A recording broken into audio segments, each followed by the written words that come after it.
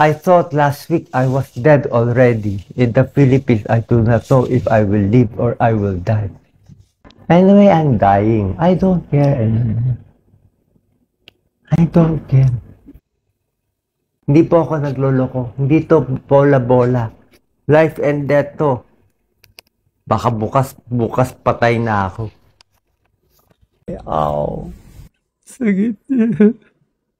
Sakit niya. Sakit ang buko.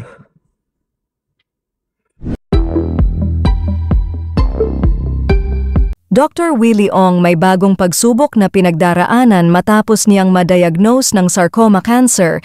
Sa latest update ni Doc Willie sa kanyang social media platform, malungkot na ibinalita ni Doc Willie na nagkritikal na ang kanyang buhay dahil sa pinagdaraan ng karamdaman. Masama rin ang loob ng doktor sa mga bashers kung saan dito daw nagsimula ang kanyang pagka-stress at kalaunay naging sanhi ng pagkakasakit.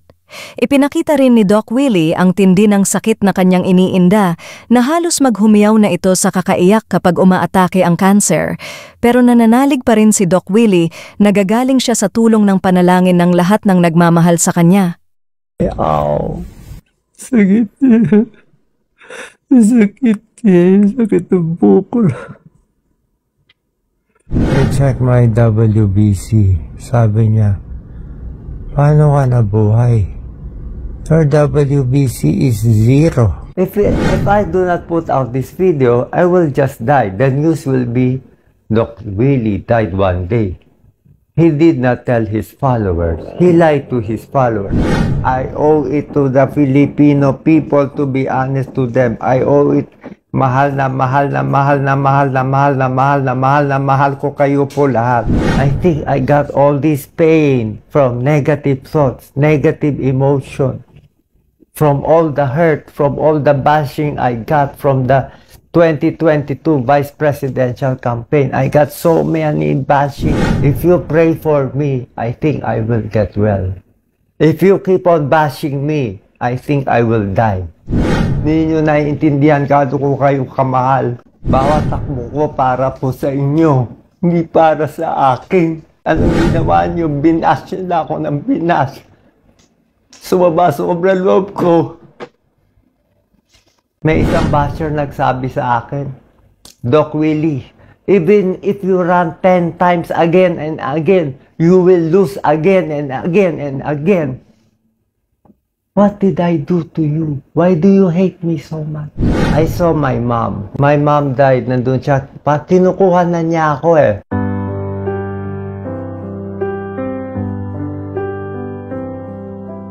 Readmitted ako. I was vomiting. Delirious. High fever. They checked my WBC. Sabi niya, paano ka nabuhay? Your WBC is 0. My BP was low, 85/60. Dehydrated, sepsis, vasodilation of the artery from possibly E. coli. Ow! Sakit niya. Sakit niya. Sakit ang buko.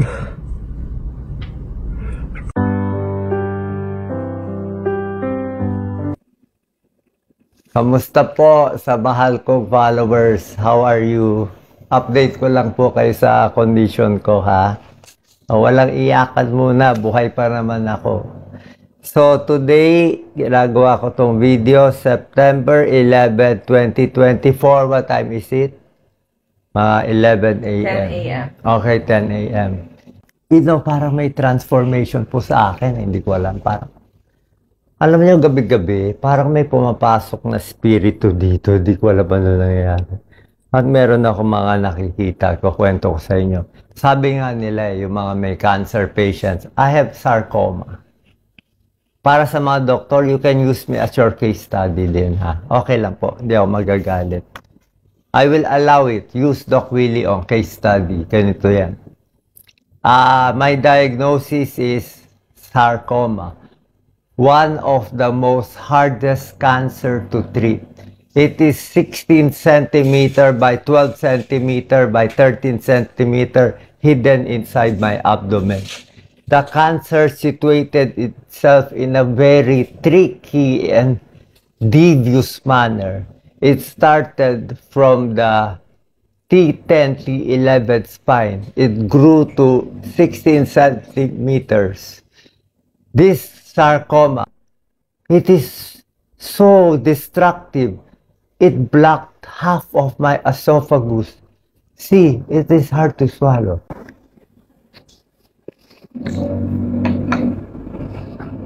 Ayaw pumasok.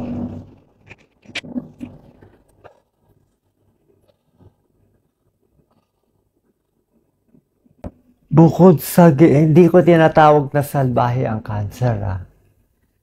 Pinilak niya yung esophagus ko.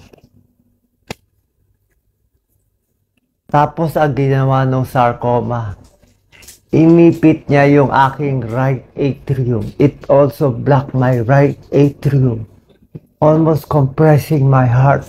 Look at my veins. And worst of all, you know what happened? This sarcoma is almost closing my inferior vena cava. My feet, grade 3 edema, swollen feet yesterday. Today, grade 1 edema only. See, grade 1 edema. Grade 1, grade 2, up to here. It's a pitting edema. See, it's a pitting edema. Look at my legs. It's pitting edema. Tisa, tama na. Nakakatakot na yan. So, I will show you. Sa lahat po na may cancer, I will speak in English. So, everybody in the world will be inspired. If you have cancer, you have to fight. I have one of the best doctors this morning. I am not saying they are the best, we are not the best, or Philippines is the best. It does not matter. But maybe there is some God's will that brought me here. Because when I saw all the beauty and strength, the speed, the coordination, and the brain power, everything here, ooh, it's like everything here is happening. Fast speed, fast speed. Here, in 2 days, they will get all your labs ready. On the 3rd day, they will kill the cancer. So on the 3rd day, I had the first chemo. The problem, I am admitted right now for one of the side effects of chemo, which is low WBC, which led to my condition now. You will be very surprised sa mga doktor po dyan. For those doctors and health workers watching, my diagnosis right now is neutropenic sepsis. So, ano po, what I should do as cancer patient, I was given this regimen, doxorubicin, but my hair, it fell a lot. But they say all this hair will fall off. So look at it while I still have hair. I also took cisplatin, the IV. That's why everything I eat is metallic. I have sores because chemotherapy, they say, is a poison. It kills the cancer cells, but it also will kill some of your healthy cells. But the issue right now is we have to attack the cancer. The 16 cm mass, doctor says it is inoperable. Too many blood vessels already attached to it. I thought last week I was dead already. In the Philippines, I do not know if I will live or I will die. This is not about issue about country. Wala po. Parang God's will lang to. So, you judge, you bash, you do. Sa akin lang, ha. If you pray for me, I think I will get well. If you keep on bashing me, I think I will die. I think I got all this pain from negative thoughts, negative emotion, from all the hurt, from all the bashing I got from the 2022 vice presidential campaign. I got so many bashing. I just ran for vice president. What did I do wrong? I did not do anything wrong. I love every one of you. I'm doing this for the Philippines. Di ba may kasabihan tayo? Ang mamatay ng dahil sa'yo is the Filipino worth dying for. Gusto ko tumakbo, pero paano ka tatakbo? Sabi ng doktor ko, Kenneth, hindi ka na makakahabol. You have no more time. I need 2 to 3 months before they say if I will live or I will die. I was close to death 2, 3, 4, 5 times. I was having visions of war already. They say I was delirious. They say I was insane. I had many mental exams. So ito po, this is what you do. You have cancer patient. You have to try, get the best doctor, get the best diagnosis wherever in the world, US, UK, wherever you go. Nahihiya, I'm just ashamed. You know why? Because I'm lucky to have some money and people supporting me. You know my medicines, how expensive? I'm taking meropenem, carbapenems, one of the highest antibiotics. But our countrymen are very poor. They do not have health care. They are just dying there from the corruption of politicians. I'm sorry. Nakita nyo, why is my voice like this? Why is my voice like this? Wala na ako boses. Na-dry na ako. Paus na ako. The old Doc Willie is gone. The duwag Doc Willie is gone. This is the new Doc Willie. This is the matapang Doc Willie Og. Kaya pag sabihin nyo, duwag at pagtok si Doc Willie, yun yung luma, ha? Iba na to. Pasensya na po, mga politiko. Masasagasaan ko na kayo ngayon. Anyway, ako, pagat ko dila ko, mas mali siguro sinabi mo, Doc. Anyway, I'm dying. I don't care anymore. I don't care. I will tell you the truth. Politicians are corrupt in the Philippines. Sorry po kaibigan ko kayo lahat. Pasensya na po. Nagkaka-vision ako kagabi. I asked my doctor, every night I dream, there is a black hand trying to attack me. You can say I am crazy, okay lang. I do not have fear anymore. I don't care if you bash or like me anymore. I will tell you the truth. Let me drink a little rose.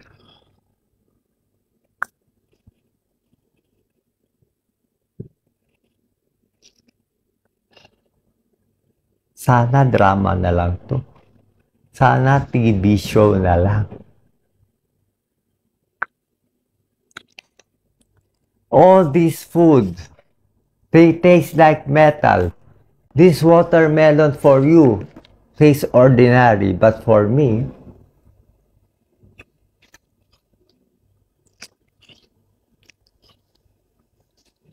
watermelon and dragon fruit for bowel movement. That is the correct process of healing. You should defecate, pass your bowels, and urinate every day. Get all the toxins out. You know what my doctor say, you can eat anything, you have cancer, you try to eat. Even if no taste, I try to eat. If I don't eat, I will die. These are my medicines. I will take it in front of you.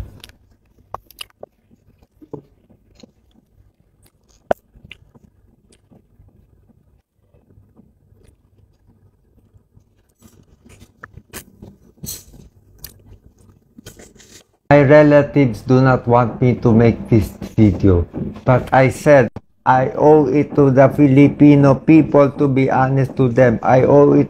Mahal na mahal na mahal na mahal na mahal na mahal na mahal na mahal ko kayo po lahat. Hindi nyo naiintindihan kado ko kayo kamahal. Bawat takbo ko para po sa inyo, hindi para sa akin. Unang campaign ko, wala akong gastos kahit na pangalawa, wala akong gastos, wala akong niloko, wala akong inaway. Anong ginawa nyo? Binash nyo ako ng binash. Sumaba sobrang loob ko. Filipinos should be more caring, more honest. That's why we have all these hardships.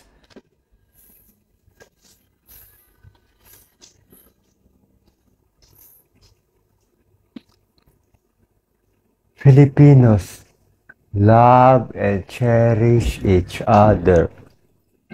Pray to the Blessed Virgin Mary. Pray to Padre Pio. Pray to the Lord Jesus Christ. My whole body is tingling right now, Doc Lisa. Ito, ang kapal-kapal. It's like a spirit came here, all over here. I thought I had high blood pressure. Natatakot ako. So I got them to check my BP now. This is my BP. 115/74. My BP 3 days ago is only 85/50. 3 days ago, I was vomiting, shouting, delirious. Heart rate is always 118, temperature 36.8. Hindi po ako nagloloko. Hindi to bola-bola. Life and death to. Baka bukas patay na ako. If I live, I will live for you. I will live for every Juan de la Cruz. We need good people to run. Good people to run as senator, president, congressman, lahat. We should love the earth. No to mining. We should tax the correct people. Stop the corruption. Look, the Philippines is so rich. You politician, you bribe the people. You give them money to vote for you. You keep them stupid. You want them stupid. Take this. Low phosphate po ako. Lactulose. Low phosphate. Spironolactone Lasix. Diaphragm lozenges for the throat. Ayoko ako lang gagaling. Naiiyak ako. I was crying because they had the best health care. Our Filipinos have no health care. This is the new Doc Willie. Sorry for those watching. I have to do this. This is my mission. Live or die, I will be true to myself. The only reason to live is I love my daughter, Catherine. I want to live. I love Yen Yen. I love Jelly. I love Lisa. I love Ryan. I love Mark. I love all the nurses here. I also love all the politicians there. You are my friends. Di ba kaibigan tayo? Pero masakit sa akin na namamatay yung mahihirap natin. Everything I do for you. Ako na nga pinakamalinis na ginagawa. Minababoy niyo pa ako. May isang basher nagsabi sa akin, Doc Willie, even if you run 10 times again and again, you will lose again and again and again. What did I do to you? Why do you hate me so much? What did I do? I never attacked Duterte. I never attacked BBM. I never attacked Larry. I never attacked Pico. I am nice to them. I interviewed them. Is the politics just a game? What is happening to me? I will tell you what is happening. In the past few days, parang marami ako napapanaginipan kasi. I saw my mom who is died. My mom died, nandun siya, kinukuha na niya ako eh. All my 60 years old, I serve Filipino people. Lahat ng charity, all my charity work in Salamat Doc, in Makabayan Doctor, in doing charity work in Pasay Filipino Chinese for 25 years. We always give it to the Filipinos. We will talk medicine. They say I am crazy, but my serum ammonia is normal. Ano man naramdaman ko ngayon, Lisa? Parang nanginginig yung buong katawan ko. So, anyway, I will decide if I put out this video or not. Pero this is how I feel. If I do not put out this video, I will just die. The news will be, Doc Willie died one day. He did not tell his followers. He lied to his followers.